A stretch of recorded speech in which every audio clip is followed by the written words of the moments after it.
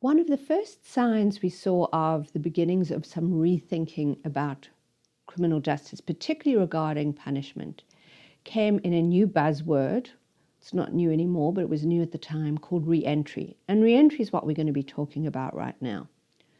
Reentry really looks at what happens when people get out of jail occasionally, and much more often prison, especially long sentences. Some people refer to reentry in terms of people being released on parole. Others are talking about after parole. In either case, we have to deal with the reality that almost everybody who goes to prison is going to get out. So how do they adjust to life outside prison? And arguably, this is one of the areas where we see at least the beginnings of some bright spots, because there has been a kind of new politics of realizing if we want to stop the cycle of crime and poverty and violence, especially in communities that have higher crime rates, we need to address the problem of reentry. There's also a recognition that if we want to make the idea of a second chance and full citizenship real, we need to deal with the problem of reentry. Now, arguably, one big part of the problem of reentry comes before a person reenters in terms of rehabilitation, in that in most prison systems do not have anywhere near the resources they need for rehabilitation in order that a person who leaves prison has the kind of tools they need for reentry. That does put greater burden on communities who have to help people who are released from prison to adjust to life outside prison. There are all sorts of problems that people face, psychological problems in terms of adjustment, having less contact and strained relationships with their families in many cases, being unable to find jobs or not having the skills to find jobs. In addition to all of those problems, many jurisdictions have passed laws that create what some people call invisible punishment, restrictions on people once they are finished their sentence in terms of how they can relate in the community.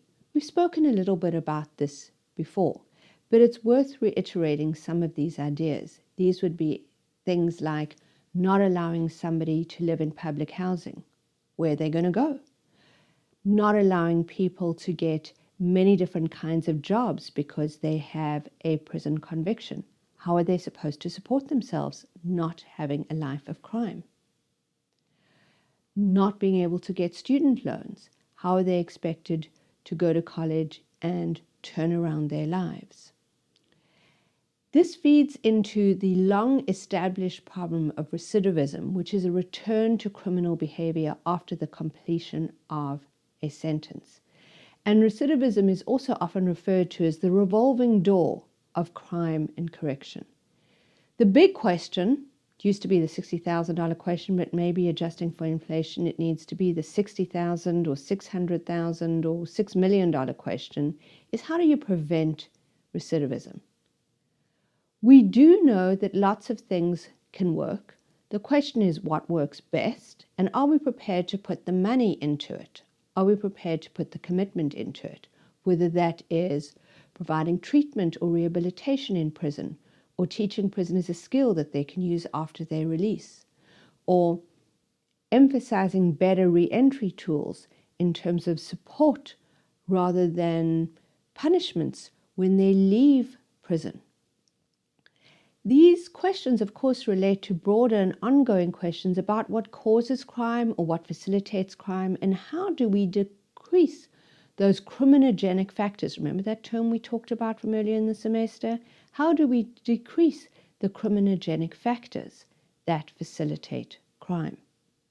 How do we deal with recidivism? How do we deal with collateral consequences? How do we deal with breaking the cycle of crime, drug abuse, investment in punishment rather than investment in building communities, and so on? Reentry is certainly a very important part of it. And some moves have been made, although they're pretty modest, to address reentry. At a federal level, In 2008, President Bush signed the Second Chance Act with bipartisan support. And this coming together of Republicans and Democrats really illustrated that, at least in principle, there is a real commitment to giving people a second chance. The law aims to give ex-offenders an opportunity to reintegrate and to prevent them from recidivating. Although in 2010, for example, $114 million was appropriated for prisoner reentry program, in practice, that is very little. By contrast, Michigan spends $33 million for reentry just for that state. And that's not a lot of money in Michigan, relatively speaking. So what we see is symbolically there's a greater commitment than substance. However, it's not just on the federal governments. As we pointed out again and again, states are the most important arena of criminal justice. We also need to bring back emphases on politics and civil society, because to really understand why mass incarceration is under attack in lots of ways, and to really understand why people are looking at issues like re-entry, one also needs to see what's happening in the civil society arena and the political arena, where citizens are trying to make a difference, sometimes in an industry level, sometimes in a city level, sometimes at a state level, sometimes at a religious level. So, for example, some communities have had ban the box campaigns, which want to eliminate employment questionnaires that ask whether somebody has a criminal conviction at the first moment. In other words, if it's relevant to a job, their criminal history can be asked about towards the end of the process. But if it's not relevant to the job from the get-go, the question shouldn't be asked from the get-go. So the person doesn't even get a chance to have an interview. Because once most employers see that someone has a criminal conviction, they don't ask any questions, and they certainly don't call the person in for an interview.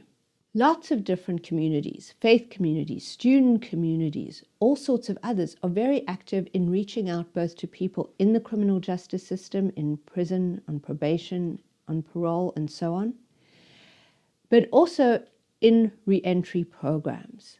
In emphasizing both social change that is necessary and self-help that is necessary, we see the structural nature of both crime and punishment is underscored, which is a very natural point to emphasize as we draw now to the end of this course, given that we began at the outset of this course emphasizing so much about the structural realities of crime and criminal justice system, and now also punishment and getting beyond punishment by decreasing crime in the first place or allowing for the re-entry of those who have committed crimes and have been punished in our institutions of punishment.